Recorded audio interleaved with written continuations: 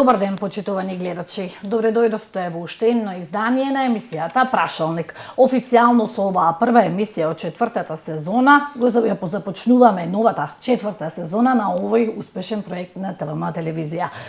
Стандардно нашата прва емисија ја посветуваме на локалните проблеми, предизвици и проекти. Овде наши ваши гости се советници, градски советници, координаторот на советничката група на СДСМ, Живка Ангеловска, и координаторот на советничката група на ВМРО ДПМН е Перчо Божиновски. Добар ден за двајцата, добре ни дојдовте во студиото.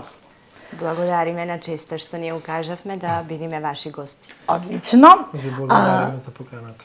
Така. Нашиот разговор ќе го започнеме со она што е најактуелно. Најактуелно е енергетската криза, најголемата економска криза која што се најавува и која што не очекува во следните неколку години. Во однос на енергетската криза, какви мерки се превземаат? Што превзема општина Охрид, во каква состојба се јавните предпријатија? Божиновски, започнуваме со вас. Повелете. Ви благодарам. Со оглед на тоа дека уште со самото преземање на локалната самоуправа се погоди таков период одвлегувајќи од пандемија да навлеземе во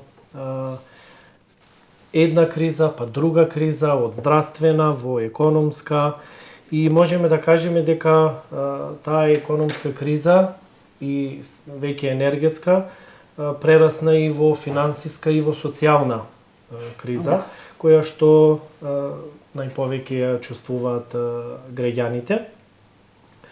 Она што како локална самоуправа и последниот период беше најактуелно кога станува збор енергетската криза, беа барањата конкретно и јавните предпријатија, но и образовните институции. Така. Оние кои што нели се под ингеренција на локалната, но и оние кои што се под ингеренција на централната власт, да бидат на конкретно електричната енергија да биде на регулиран пазар. Да, поради високите сметки. Поради високите сметки.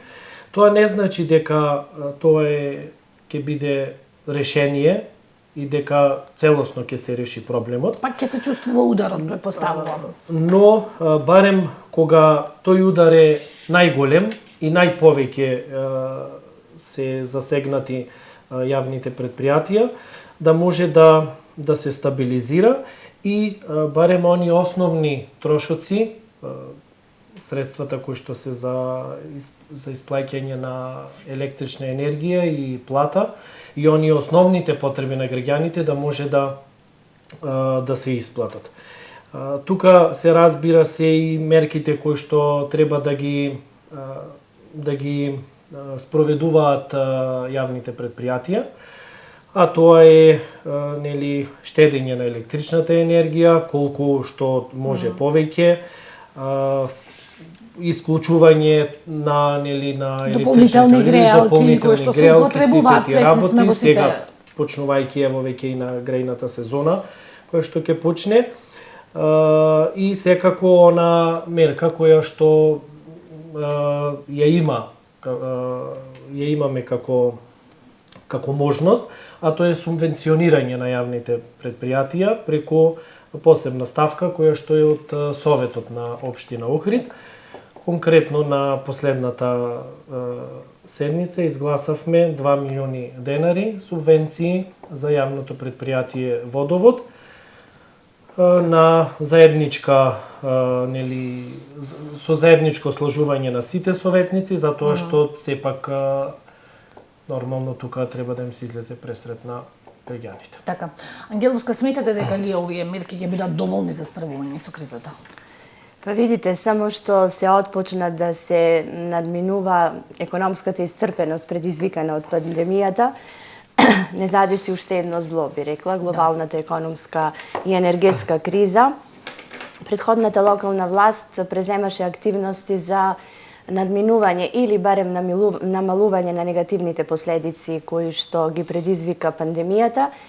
Сега ред е на ова локална власт истото тоа да го направи во условите во кои што денес живееме. За жал, еден дел од првата година од мандатот оваа локална власт го потроши со обвинувања и прозивки на старата локална власт, а остатокот од таа година со прозивки до владата за субвенционирање на сметките за електрична енергија. Искрено имам чувство дека дури сега по истекот на туристичката сезона се создаде еден сериозен пристап кон проблемите кои што не затекнаа, затоа што нити буџетот, нити промените, проширувањата и ребалансите на буџетот не се концепирани на начин со кој што ќе соодействуваат со ситуацијата во која што се наоѓаме, затоа што општината е основачот на тие јавни предпријатија и секако дека приматот во однос на грижата и во однос на задржување во кондиција на јавните предпријатија треба да биде од самата општина. Се согласувам со колегата дека јас сметам првите сигнали беа пратени токму на последната седница, кога донесовме одлука за субвенционирање на јавното предпријатие Водовод и всушност тогаш се покажа сериозниот пристап на општината дека имаме проблеми и дека треба сите заедно да ги решаваме тие проблеми. До ден денес до Советот не е пристигнат никаков план, никаква програма од страна на јавните предпријатија за надминување на економската криза.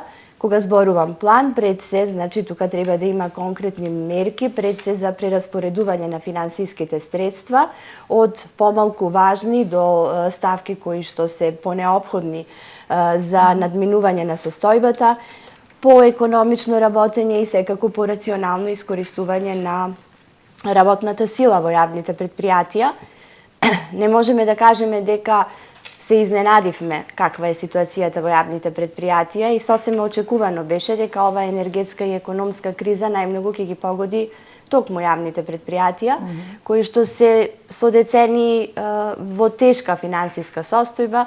Многу фактори тука се предизвикани, пред се превработеноста, од друга страна дотраена механизација, нема вложување во осовременување на самата механизација и секако за очекување беше дека со јавните предпријатија ќе имаме проблеми и дека системски треба да бидат решавани таквите проблеми. Сметам дека оваа состојба во која што се наоѓаме е она децениско решавање на проблемите паушално, инцидентно, без долгорочен пристап, без детектирање на основните проблеми и сериозен пристап во решавањето на проблемите. Наместо планови за надминување на кризата, она што е доминантно на седниците на Советот, всушност представуваат плановите за вработување, кои што навистина се раскошни, имајќи во предвид ситуацијата во која што се наоѓаме и апсолутно се надвор од реалноста. Јас искрено се надевам дека јавните предпријатија најпрви ќе се преструктурираат и ќе го бараат проблемот внатре. Не можат сами да се справат од самата криза, секако дека е потребно од сите чинители во општествено-политичкиот живот помош, светам и на општината и на централната власт, меѓутоа најпрви секој треба да си ги среди работите дома, во својот дом. И се надевам дека нема да го следат примерот на јавното предпријатие Охридски комуналец и спасот да го бараат во покачување на цените на услугите, дека тоа ќе биде последната мерка на која што би се решиле, меѓутоа тогаш кога ќе покажат еден сериозен пристап во работењето, затоа што сметам дека не треба секогаш нефункционалноста на јавните предпријатија да паѓа на товар на граѓаните. Ова е еден сериозен проблем. Сметам дека не треба да имаме политички ставови, политички поени на сметка на јавните предпријатија. Тие представуваат предуслов за одвивање на животот и работата во општината и мора да ги одржиме во кондиција сите ние, секој во рамките на своите надлежности од позицијата од која што действува, за да може да ги обслужуваат граѓаните во општина Охрид. Така, најкритична е состојбата, велиме, во Водовод. Таму се најголемите долгови и најголемите издатоци за електрична енергија. Се доведува ли во прашање водоснабдувањето на градот, доколку не се премине на тој регулиран пазар? И има ли некаков одговор, бидејќи тоа беше последното барање кое што го донесе Советот? Така, јас колку што ги имам нели последните информации, а тоа е дека јавните предпријатија, училиштата, образовните институции и државните институции ќе преминат на регулиран пазар, особено предпријатијата кои што конкретно водовод кои што се со водоснабдителни услуги за граѓаните, бидејќи најпогодени се токму тие јавни предпријатија. На последната седница изгласавме исто така и одлука која што ќе биде да се изработи студија за оформување ново јавно предпријатие кое што ќе да се направи план, една физибилити студија која што ќе произведува електрична енергија. Тоа и не е така едноставно и не е толку брзо спроведливо, затоа што тоа е една обемна работа. Меѓутоа, мислам дека и оние материјали, машини и се она што треба да се набават, не се на толку едноставен начин дозволиви. Кога станува збор јавното предпријатие Водовод, од она што може да гледаме, имавме еден извештај испратен до Советот од самото јавно предпријатие и табеларни прегледи, каде што можевме да забележиме дека всушност дури јавното предпријатие нема средства само да ја плаќа електричната енергија, а камоли другите работи кои што ги има. Иако мислам дека уште од самиот почеток на менаџерскиот тим со оној момент на санирање на повеќе водоводни линии, мислам дека е намален губитокот на и вода и нешто што е навистина сериозен проблем и треба да се размислува како менаџмент на предпријатието, но и ние како локална самоуправа. Но од она што исто така може да видиме дека тука е проблем секако и цената, која што ако се движела цената за киловат-часови 5 денари, 6 денари, 7 денари, стигнала до 38-39 и тоа е логично. Конкретно податоците последни беа со споредба од август. А колку да? Август 2021-2022. И кога станува збор за водовод во однос на вработувањата, тука според статистичките извештаи може да се види дека во споредба со 2021 има помалку вработени, во зависност од тримесечниот и 6-месечниот се движеа од 12 до 18 работници помалку, така што на различни начини се гледа да може да се излезе во пресред како локалната самоуправа. Не мислам дека ќе има проблеми во однос на водоснабдувањето и другите работи. Сепак, додека ние како општина ги субвенционираме предпријатијата, што мислам дека е обратно, треба предпријатијата да бидат извор кој што ќе и помага на општината, а не, например, општината да им пронаоѓа работа, средства или се, меѓутоа она исто како што рече колешката, можеби треба не инцидентно, туку еден подолг период системско решавање на тие проблеми. Така. Ангеловска, вие и во претходното кога одговаравте прашањето, кажавте да треба системски да се решат проблемите. Но и вие бевте на власт претходно И јавно предпријатие ги има генерирано долговите одамна. Значи, ова не се нови долгови, тоа се милионски суми. Како, што треба да се направи за конечно да се реши? Апсолутно, и претходно јас кажав дека се работи за натоложувани деценијски проблеми во јавните предпријатија. Меѓутоа, секој ден кој што поминува без да завземеме еден сериозен и системски пристап, ние губиме. Губи градот, губат граѓаните. Точно е дека енергетската криза најмногу се одразува врз јавното предпријатие Водовод.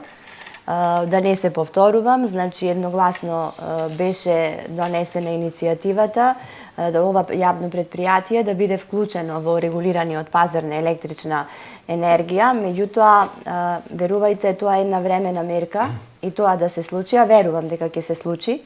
Јавното предпријатие повторно е во тешка финансиска состојба, затоа што и кога го прашав менаџерот таму дали вие ќе можете да ги сервисирате и така намалени цени сметки за потрошената електрична енергија, одговорот беше не, тешко. Кога го разгледувавме тој извештај, а претходно исто и кварталните извештаи, детектирани се два основни проблеми во јавното предпријатие Водовод.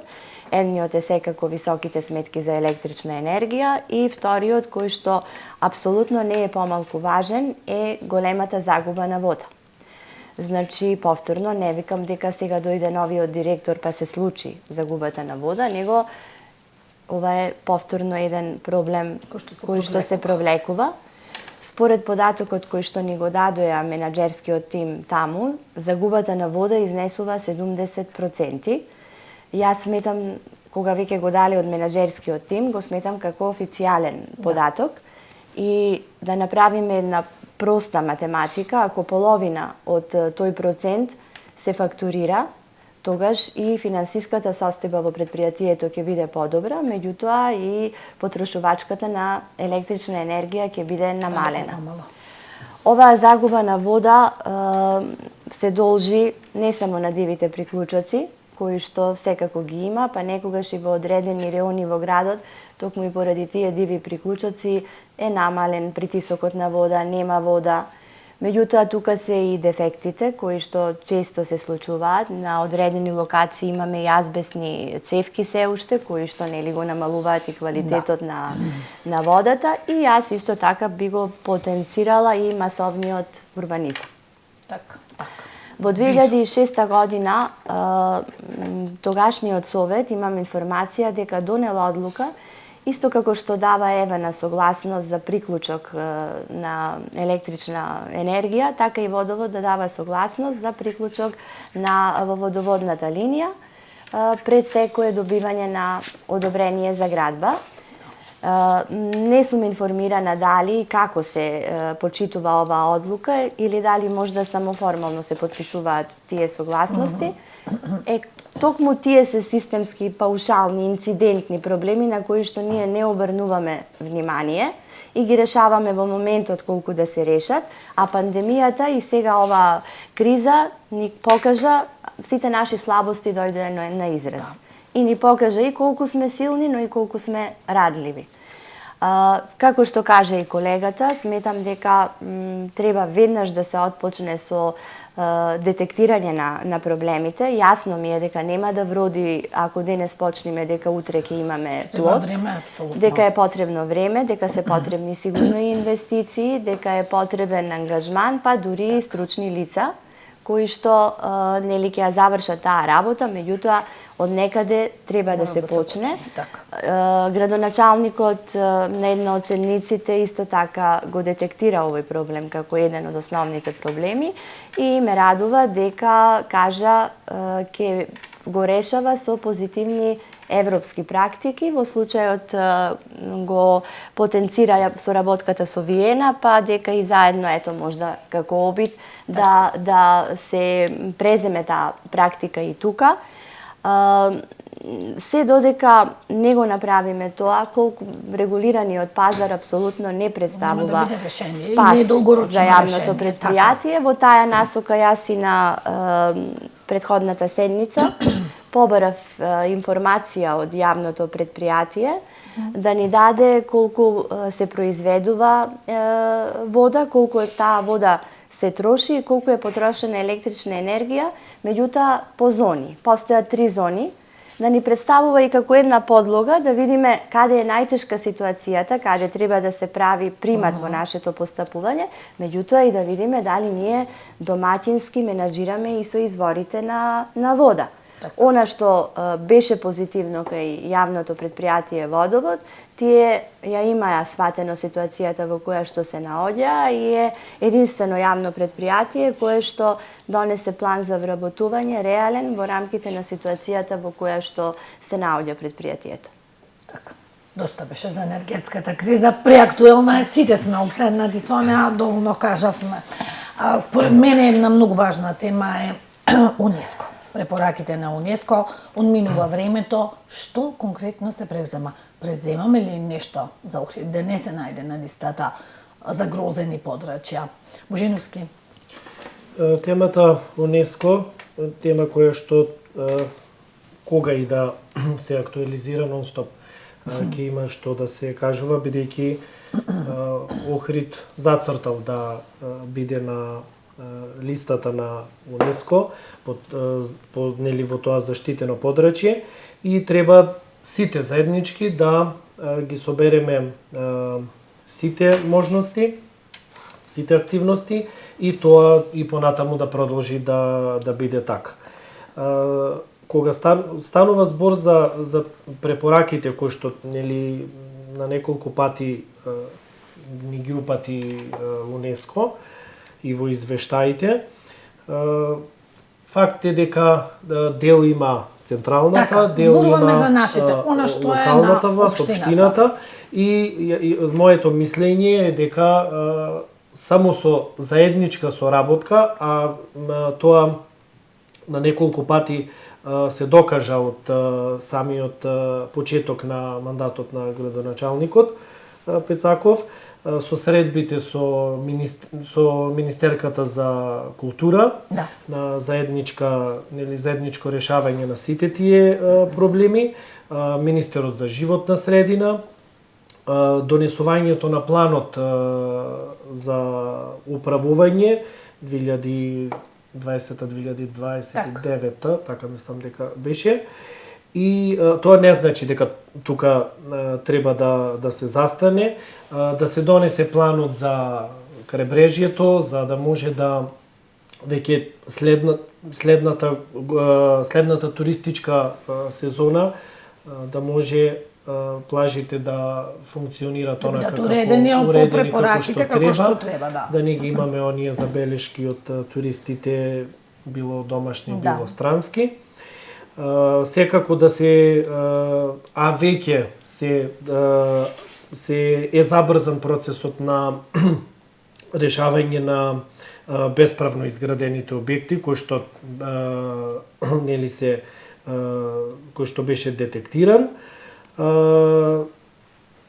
Знам дека ето и на последната или предпоследната седница имавме одлука за донесување за изградба на фотоволтаици, па беше проблем нели Охрид како град кој што е заштитен од УНЕСКО, па не се исплатуваше на инвеститорите, не им се исплатуваше таа работа. Стариот дел на градот кој што е заштитен, каде што треба да се внимава што се прави и како се прави. Напредување во однос на застојот на дивоградбите, иако и во предходните години на неколку пати беше донесен или мораториум, дел се спроведуваше, дел така имаше и исклучоци од тоа. Само заклучокот е дека со заеднички вложени сили на локалната самоуправа и централната, министерствата и сето тоа, поголема ангажираност на инспекторатите и секако совеста на граѓаните. Така. Ангелска, што мислите вие по однос на ова прашање? Сме дискутирале многу пати, но ете, правиме ли нешто да го сочуваме? Вие со самиот прашање на некој начин го навестивте и одговорот. Да, и јас го имам истото чувство дека како проблемот, односно препораките на УНЕСКО да се заборавани, замина претходниот градоначалник, тогаш беше најактуелно, после неговото заминување апсолутно штама и тивко. Каков ќе биде резултатот, ќе видиме февруари, нели, кога ќе истече рокот. Истекува. Да, жално е да го изгубиме овој епитет, ова е убавина која што ја имаме во градот и мислам дека ова признание за убавината која што го имаме и мислам дека сите максимално треба да се вложиме. Ќе направам една ретроспектива. Сведоци бевме на почетокот од мандатот кога градоначалникот имаше на моменти и контрадикторни изјави во однос на статусот со НЕСКО и препораките. Имаше изјава дека ќе ги издава под концесија уште ова туристичка сезона плажите, па потоа квалификацијата во однос на тоа што представува дива градба, што не представува и дека колку што јас се сеќавам дека со разговори со представниците на УНЕСКО може да се дојде до подобри резултати. Уште на првата седница кога се проектираше буџетот и колку да е непопуларна мерка и не верувам дека некој ја посакува отстранување на бесправно изградените објекти, уште тогаш имавме некои препирки кога во нацртот беа 500.000 денари предвидени, за потоа во буџетот со објаснување дека се работело за техничка грешка, беа 5 милиони денари. Јас навистина не знам дали нешто од овој износ е потрошено, искрено на следниот ребаланс очекувам и пренамена на овие средства. Па не слушнавме за некој отстранување на дивоградба. Точно, значи повторно да не бидам погрешно разбрана, не сметам дека тоа отстранување на бесправните објекти представува расположение и желба на некој човек. Никој не сака да се руши она која што е изградено, меѓутоа сметам дека приоритет треба да ни представува владење на правото и еднаквост на сите пред законот, така да сега се поставува прашањето дали повеќе нема дивоградби во Охрид, како прво, и како второ, или можеби решенијата не станале правосилни и извршни. Во текот на претходната локална власт имаше големи критики во однос од страна на тогашната опозиција, на селективност во однос на отстранувањето на бесправните објекти. Јас се сеќавам дека тогаш, како председател на Совет, добив предлог од страна на градоначалникот како еден акт кај што самиот Совет ќе ја утврди динамиката на отстранување на тие бесправни објекти, а се даваше критериум според датумот на правосилност и извршност на решенијата. Меѓутоа Советот не донесе таква одлука, па сега актуелната локална власт, доколку сметала дека имало селективност тогаш, можеше да ја исправи таа селективност сега.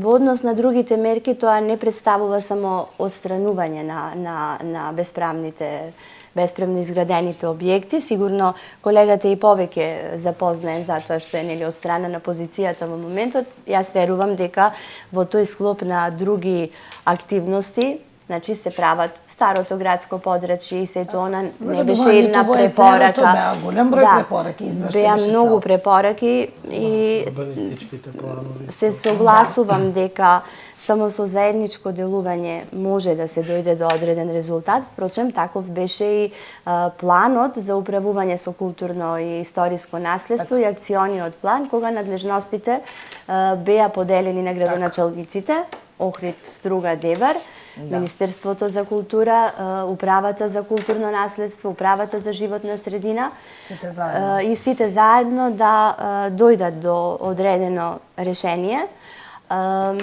Би го спомнала како искрено како мое големо разочарување и негативен пример, повторно последната седница, кога барав да бидат повлечени од дневен ред неколку точки легализации, меѓутоа не само што не беа повлечени, туку мнозинството од советници ги изгласа.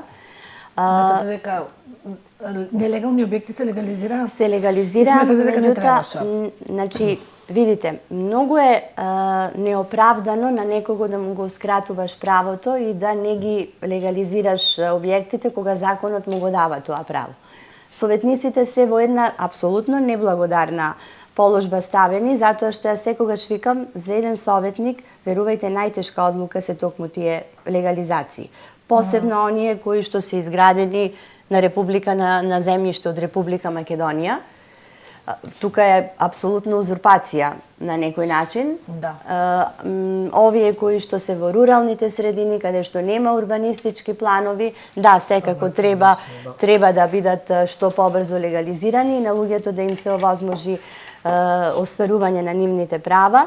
Меѓутоа, на последната седница беа легализирани 7-8 објекти кои што се во најтесно непосредно до крајбрежјето.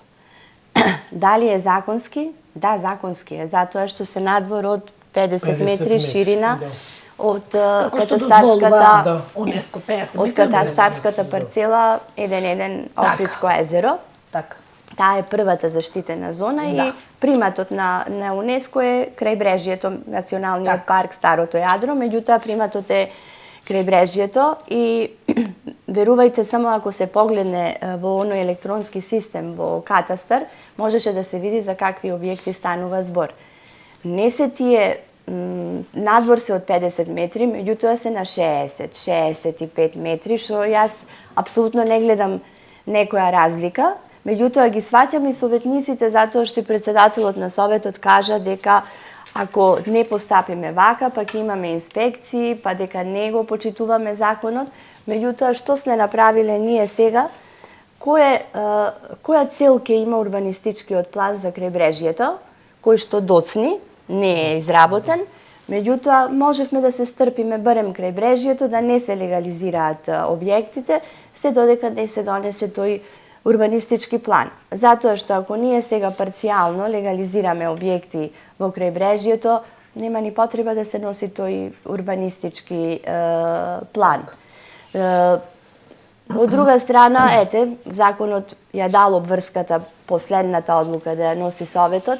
Мене ми е јасно дека председателот сето онак што ќе му биде дадено како предлог точки на дневен ред, тој е должен да ги даде на самата седница, а потоа советниците одлучуваат дали ќе ги разгледуваат, дали нема да ги разгледуваат. Единствено може да не се согласи некоја точка да оди на дневен ред, меѓутоа повторно да ни образложи зошто не ја ставил.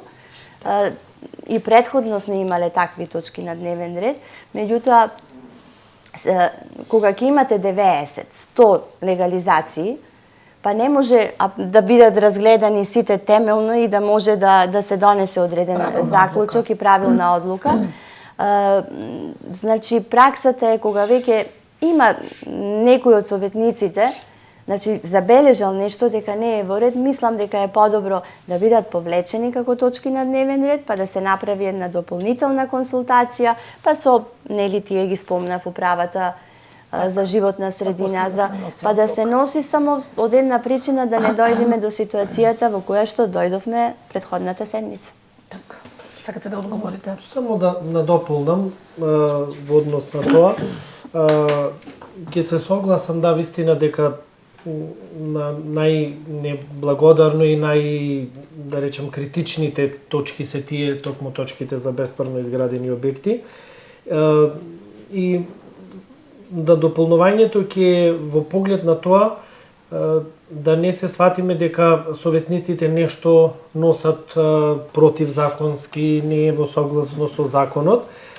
Пред секоја седница имаме комисија за урбанизам во која што има 5 члена сочинети од сите политички партии, да речем, представници во Советот. И јас сум еден член од таа комисија и во однос на разгледувањето на предметите, значи можам да кажам дека детално секој преглед за секој предмет ни е пратен преглед, снимка, документ и се што, например, може да кажеме како забелешка или да не се согласуваме, предметот е тука да го видиме и да го забележиме.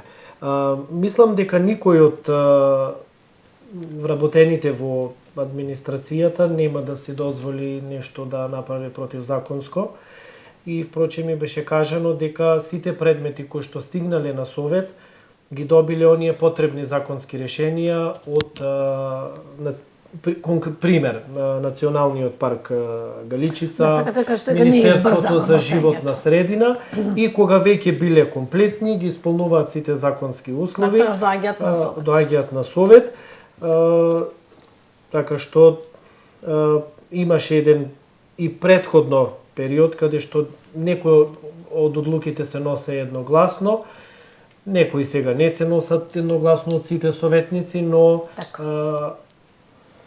во принцип треба да им излеземе на барањата на граѓаните. Секако ако нели ги исполнуваат сите законски услови.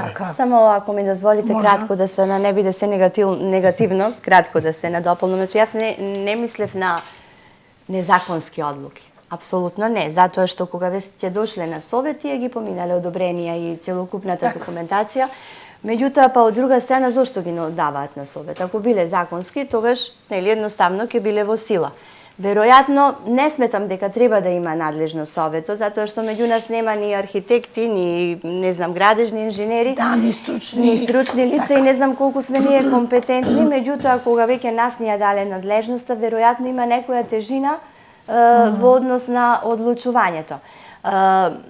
И предходно биле ставани такви точки на дневен ред. Меѓутоа, доколку имаше одредени недоразбирања, многу често ги повлекувавме како точки од дневниот ред, да се разгледаат уште еднаш и она што е позитивно, за да не бидам цело време негативна, она што ми представува една сатисфакција е изјавата на градоначалникот на последната седница, на која што кажа дека остварил соработка во добри односи со останатите чинители кои што треба да действуваат во однос на препораките на УНЕСКО и дека се надева со заедничка работа дека ќе постигнеме добри резултати, така да најверојатно не ја даде паушално таа изјава, сигурно повеќе ги знае работите, па има подобри информации од нас двајцата. Да се надеваме дека во февруари ќе останеме сепак под закрила на УНЕСКО. Да преминеме околу општинската администрација. Живка, додека одговаравте на претходните прашања, во неколку наврати ја споменавте. Јас ќе кажам дека јасно е, сите постојано зборуваме за превработеност во општинска администрација, тука се и јавните предпријатија. А кој да е на власт, опозицијата обвинува дека другиот вработува. Ајде, колку имаме ефикасна администрација, има ли овој период додека вие сте локална власт, има ли голем број вработувања? Темата за превработеноста имаше и доста истражувања и од новинарите и од нели општо реакции од медиумите се. Секогаш е актуелна, предизвикува внимание. Конкретно за годишните планови за вработување во општина Охрид. Последната година ќе ги земам за споредба. Годишниот план за 2022, кога веќе ние започнавме како нов совет во Советот на општина Охрид, тој план беше изгласан јули период, така мислам. И според тој годишен план, целата вработеност на општината беше 290 вработени. Добро. Понатаму, откако се конституиравме ние како совет, на 11 јануари се донесе измена на тој план, каде што можам да кажам и нема да се согласам со тоа дека нели оди вработеноста во нагорна линија, токму со тој годишен план бројката се спушти на 271 и она што е нов годишен план изгласан за 2023, бројката е на 260. Значи се следи една надолна линија. Сакам да надополнам дека и со новата систематизација, која што треба да се изработи од локалната, веќе во тек, да се прават анализите, нема да се оди на принципот на нови вработувања, туку повеќе ќе се даде можност на унапредување на веќе постоечките работни места. Последно вие, Ангеловска, имавте реакција во однос на годишниот план и вработување некој во градски пазар, мислам дека беше. А и предмалку кажавте раскошни планови за вработување. Да, во право сте дека плановите за вработување се секогаш причина за препукување меѓу позиција и опозиција и тоа секогаш е присутно. Меѓутоа сега имаме една поинаква ситуација. Значи имаме економска и енергетска криза. Така. Па не е тешко да се стрпиме една година, па потоа да се продолжи со тие вработувања.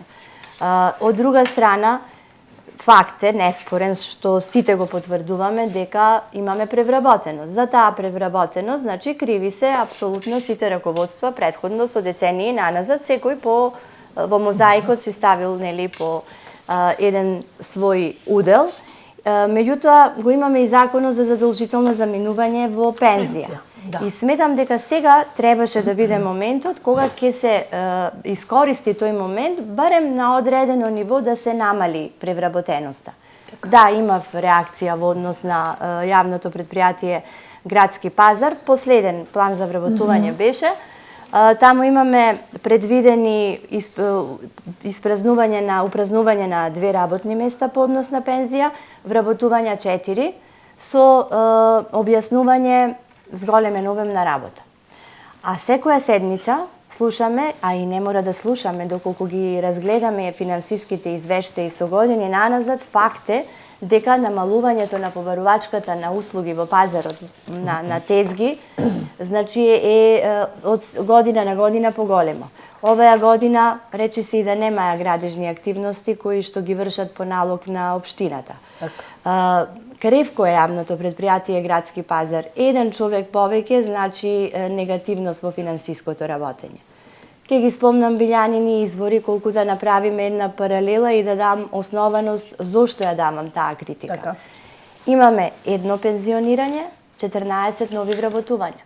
Значи, во тие 14 нови вработувања, постојано слушаме дека паркинг местата се намалени, пред се поради реконструкцијата на македонски просветители и повторно имаме објаснување зголемен обем на работа, па тука беа предвидени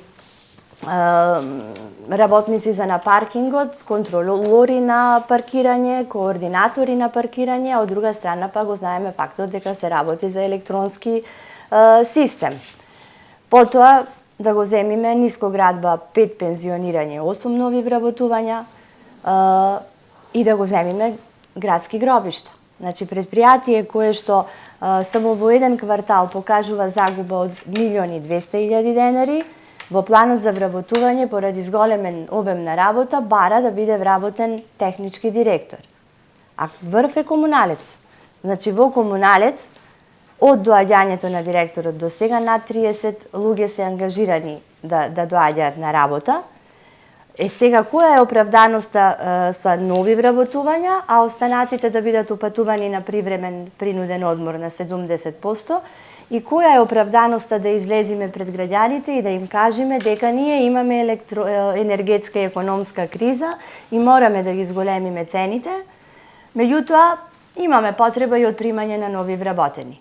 Значи, барам сериозност во тој пристап. Сега беше шансата да се намали таа превработеност. И пак ќе кажам, добро е да се реши животно прашање, без разлика дали некој е од некоја политичка партија или не е политичка партија и треба да се радуваме на нови вработувања. Меѓутоа, тогаш кога ќе има услови. Сега, во овој момент, во ситуацијата во која што се наоѓаме, сметам дека онака како што направи Водовод, така требаше да направат и сите други јавни предпријатија. Ке речеме, тоа се планови за вработување, тоа не се реализирани вработувања, Меѓутоа, секој усвоен план за вработување е чекор до реализирано вработување и мене ми останува, им кажав и на самите менаџери, дека на крај секогаш декларативно секој се залага да ви помогне, меѓутоа проблемот ќе е нивни. Затоа што ќе треба да се подели плата, ќе треба да се обврските да И да бидат. се сноси одговорност. Секогаш ние декларативно зборуваме, а тој што е таму поставен да ја води нели деловната политика на одговорност е тој единствено. Ево и во оваа прилика упатувам апел до директорите да не ги реализираат плановите за вработување, односно да почекаат малку подобри времиња за да може да ги одржиме во кондиција јавните предпријатија. Така, Божиновски, сакате да вратите нешто или да одиме со пауза за реклами? Мислам дека на дополна кажа на колешката дека да, тоа се само планови кои што не значи дека ќе се реализираат и конкретно кога станува збор за тие планови а и предходните менаџерски тимови, а и сега често мора да ги пополнат, барем следејќи ги изјавите и од предходните директори и сега нели од различни власти, е дека да ги пополнат тие работни места во годишните планови, кои што не значи дека ќе се реализираат, само за да го запазат рокот и тие места да не згаснат. Кога станува збор за вработувањата, конкретно за споменатите предпријатија, не се работи за администрација, туку се работи за општи работници и директорите тоа не информира за наплатувачи на паркинг, Технички општи директор. работници. Па добро, сега ево јас имам еден овдека, ево извадив податоци, ево 28 јануари 2021 нови 32 вработувања во општина Охрид. Имаше телефонист, администратори, Да, се сеќавам и на лица тоа. за протокол, телефонистот присилна наплата на го даноци. дискутиравме тоа, Тоа мислам, во беа минатата или единствените вработувања во 4 години што беа реализирани во општина. 30 на души, да. Да, Па претходно потоа нема имаше никакви 16 вработувања. нови вработувања, па 40 и така натаму. И уште еден податок кој што го имам извадено, дека претходно привремените вработувања изнесувале 1 милион месечно, а сега границата оди од 350 до 4000, што значи дека помалку средства се одвојуваат за привремените вработувања. Така. Да продолжиме со куси реклами, а потоа ќе разговараме и за покрупните проекти.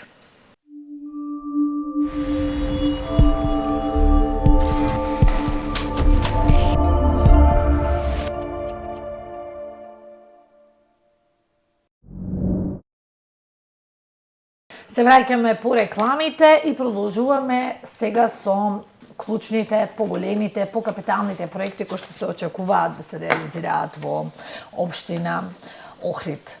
Македонски просветители беше и е еден од оние покрупни проекти, проект на претходната власт која што се реализира во оваа локална власт, но некако требаше да заврши во јули, па во август и се уште улицата се гради.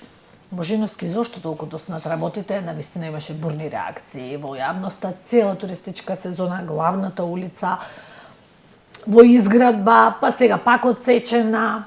Зошто доцнат работите? Како што може да забележиме, активностите за реконструкција на македонски просветители продолжуваат, но треба да споменеме и она што на почетокот беше затекнато како проект, дека можеби изгледаше целосен проект со сите комплетни документи прибрани, собрани, но не испадна така. Уште неколку пати градоначалникот требаше да оди, дали тоа било различно министерство, завод или не знам не беа како, досредени сите документи. така, да добие дозвола и тоа ја одолжи, да речем, целосното завршување на тој проект. Така. Конкретно, ние и дополнително околу 50 милиони денари, значи обезбедивме плюс од оние кои што беа предвидени за македонски просветители. И тоа не беа случајно средства обезбедени, затоа што излеков јас кои дополнителни работи требаше да се доправат, како улично осветлување, канални водови, поставување странично водовод, нова водоводна линија, требаше да се направи девијација, односно одвојување на водоводната и канализационата мрежа.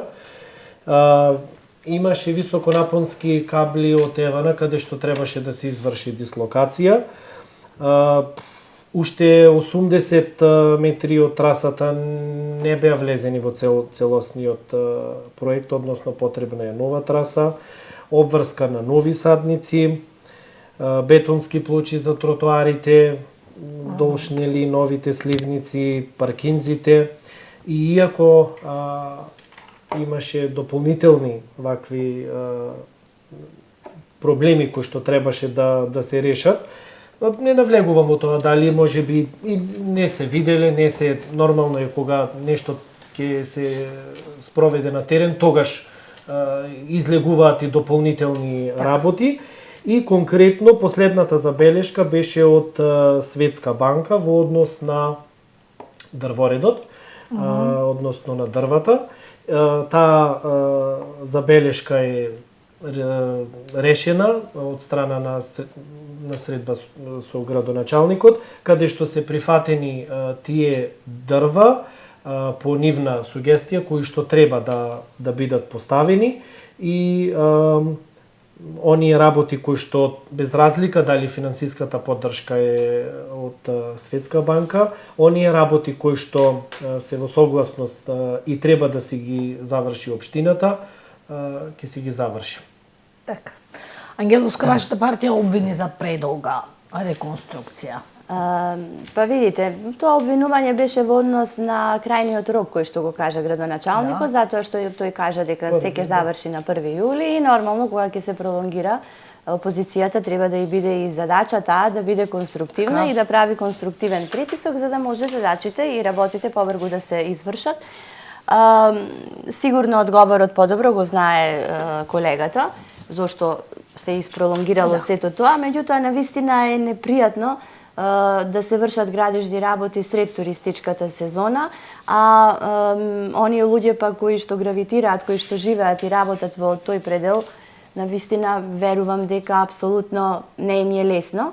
Кога се работи за покрупни проекти, како што е македонски просветители, треба да знаеме дека никогаш нас нема да ни ги дадат вкупните средства кои што ни се потребни. Секако дека ќе има и дополнителни средства кои што ние треба да ги прибавиме. Меѓутоа, значи многу е полесно да се направи така проект отколку целокупните финансиски средства да ги издвојува општината. Обично кога се прават такви крупни проекти, барем онолку колку што ми е мене познато, кога се ставаат нови водоводни линии, атмосферска канализација, претежно тоа беше и причина затоа што кога касна проектите со Аба Семин, со Јане Сандански, 15-ти корпус, и претежно тие активности беа проблем. Јас сега за македонски просветители не знам, претежно гледав површински работи. Вие кажав дека имало, меѓутоа мислам дека еден мал опсек од должината на улицата се правеа такви проекти. Токму поради тоа и беше реакцијата, затоа што има и одлука кога не треба да се изведуваат во централно градско подрачје во текот на летниот период работи, а пред се голем проблем е што е самото централно јадро и буквално се парализира сообраќајот, а да не зборуваме каква гледка е тоа и за туристите кои што доаѓаат во Охрид. Ајде сега за уште еден голем и важен проект. А се најавува со децении, но нигде го нема. Катната гаража во Охрид. Имаме ли информација, Божиновски, до каде е тоа? Се прави ли нешто? Претходниот градоначалник пред заминување кажа дека се е готово, треба почне да се гради. Но, еве измина 1 година и пак ништо. Конкретно и прецизно завршени се сите процедури за отпочнување на изградба на тој проект, на катна гаража. Добиени се сите решенија, сите оние работи кои што недостасуваа и за краток период треба да почне реализација на тој проект. Вашиот став, тој проект го започна, тој ќе во пазарот, го започна претходниот градоначелник која вие бевте на власт. Верувате ли дека ќе започне наскоро? Се надевам и искрено би сакала. Значи, секој еден проект што е добар без разлика кој го отпочнува, кој го завршува, бенефитот е за нас, за Охриѓани, за граѓаните. Така е. И би се радувала на секој проект што ќе го отпочнат и што ќе го завршат, меѓутоа главната забелешка е дека оваа година ние немаме никакви видливи и крупни проекти и оние проекти кои што беа во буџетот планирани, со секоја измена на средствата едноставно беа отстранувани од буџетот. Така беше и со Крушевска република. Беше планирано партерно уредување на Крушевска република, за потоа да биде тргнато. Значи се намалија максимално капиталните инвестиции. Истото се случи и со партерно уредување предвидено во паркот Ден Долар. Истото се случи и со реконструкцијата на домовите за култура во Гоце Делчев и во Радојца Новичич. Неизвестна е реализацијата на проектите од Охрид Гол, како што бе адреналинскиот парк, памтрак полигонот, системот, градскиот систем за велосипеди, велосипедската патека Охрид Свети Стефан, која што беше така помпезно најавувана и само кога ќе ја погледнеш беше навистина несватливо и неразумно како би се реализирала, имајќи го предвид потегот каде што се наоѓа. И она што исто представува проблем, ја се надевам дека ќе биде решен, е реконструкцијата на улицата Гоце Делчев. Тоа е еден голем проект, една голема улица. Градоначалникот рече дека се уште не сме ги изгубиле средствата, затоа што беше подпишан договор со владата и со ТАФ на 700.000 евра, кои што мислам дека и изведувачот беше избран. Меѓутоа, ево се уште нема... Не е започнато, значи се работи за навистина голем проект, доста битна ни е Гоце Делчев, голема, и многу ќе е жално ако ги изгубиме тие 700.000 евра, односно ако не ги искористиме за намената за која што би ни биле дадени. И на крај сите тие забелешки кои што ги имам во однос на капиталните инвестиции, она што сега ако се ние тргнеме ќе останат некои ситни улички, асфалтирање. И не е проблем и тие да бидат. Меѓутоа, кога ќе се проектира еден буџет, овој буџет сега ќе остане буџет на трансфери, манифестации, разноразни обуки во лер и во туризам. За да не се доведеме во таква ситуација, сметам дека кога ќе се проектира еден буџет, треба да биде реален. Да бидат проекти не онака како што ние замислуваме и би биле добро спакувани во една амбалажа која што ќе ја проголта народот. И некако за кампања. Апсолутно, него треба да бидат ставени оние проекти за кои што постојат реални предуслови за да бидат исполнети. Не може да се очекува од локалната власт една година дошла па не знам што ќе направи. Апсолутно. Меѓутоа, да биде реален и да не ни биде буџетот со, пак ќе кажам, трансфери, манифестации, обуки. Се надевам дека веројатно би требало да има ребаланс на буџетот и се надевам дека во овој ребаланс на буџетот, ако ништо друго, средствата да ги намениме за одржување на кондиција на јавните предпријатија, затоа што мораме да обезбедиме непречени услови за живот и работа на граѓаните. Така. Ајде да ги споменеме реконструкцијата на плоштадите. Беа предвидени за оваа година, ништо не се случи. Се прават ли вакви проекти, пречо се очекували да се реализираат? Кога станува збор плоштадот Крушевска република, плоштадот кај Чинарот, знаеме дека претходно се извршува истражувања, тие истражувања се завршени. Конзерваторското решение кое што требаше нели да се добие за да се отпочне со реализација на активностите и мислам дека тоа беше еден од проектите кои што беа во програмата, додека за централниот плоштад Свети Климент Охридски мислам дека тој воопшто не беше спомнат во предизборната програма.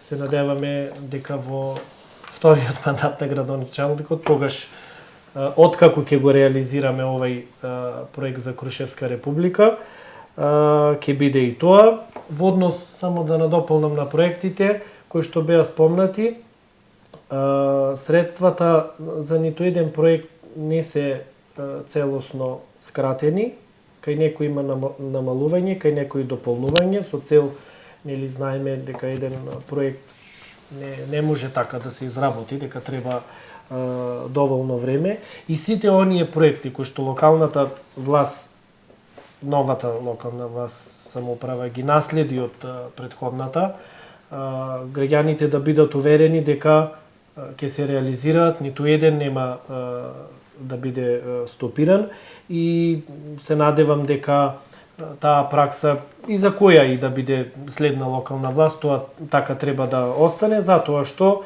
на крајот на краиштата користа е за добробит на граѓаните и всушност на сите нас, целосно на градот, на Македонија и на пред се промоција на туризмот, на културата, на сите. Ангелска, сакате да дополните овде? Не, апсолутно се согласувам. Мене ми е многу добро познато од реализација на еден проект до добивање одобрение на градба, колку време е потребно и низ какви све институции треба да помине. Токму заради тоа кажував дека да не правиме само амбалажа без содржина, него да бидеме разумни кога ги проектираме буџетите и да го кажеме она што можеме да го направиме. Така. Затоа што јас реагирав и може би бев и негативно сватена во тој момент, реагирав и за средствата за фестивали, за фестивалот за виното. Не дека јас не сакам и не сметам дека општината треба да финансира содржини од забавен карактер кои што позитивно делуваат во туристичката сезона, меѓутоа да се најде пригодниот момент. Ние не сме сега во ситуација каде што можеме да си дадеме еден комодитет. Секој денар треба да биде правилно искористен за да полесно да ја надминиме ситуацијата. А проектите апсолутно би се радувала доколку сите проекти ги реализираат и би ги поддржувала, затоа што не е битно кој ги направил проектите, еден ќе почне, другиот ќе заврши. Тоа е и надлежноста на градоначалниците, на советот, на општината. Битно е да стигнат до крај и да го подобрат квалитетот на живење во градот. Ајде за крај да ве прашам како советници, колку често одржувате комуникација со граѓаните и каков е фидбекот нивни за работата на локалната власт, колку се тие задоволни од вас, што чувствувате кога ќе ги видите, колку често се среќавате со нив? Во Женевски? Конкретно во однос на средбите на граѓаните, како нови, да речем, советници со 4-годишен мандат, уште на самиот почеток, да речем, така ми беше доверена таа задача да стапам во контакт со останатите советници или нивните координатори со советнички групи, дали се од политички партии, независни, како настапуваат, и да одредиме еден ден кој што ќе биде за средба со граѓаните. По меѓусебни разговори одредивме конкретни денови за средби со граѓаните од понеделник до петок. Отворена е советничка канцеларија во општина Охрид. Конкретно како советничка група на ВМРО ДПМН и коалицијата за обнова сме во понеделник. Во работното време договоривме да е тоа периодот од 8 до 12 часот, но да биде и раздвижувачко, некогаш од 10 до 2 часот, до 14, некогаш да биде и повеќе. Ќе се согласи колешката кога разговаравме на таа тема дека не бевме убедени и уверени дека тој начин ќе функционира, иако поголемо искуство има во советот и ми го пренесе нешто што претходно исто се консултирала.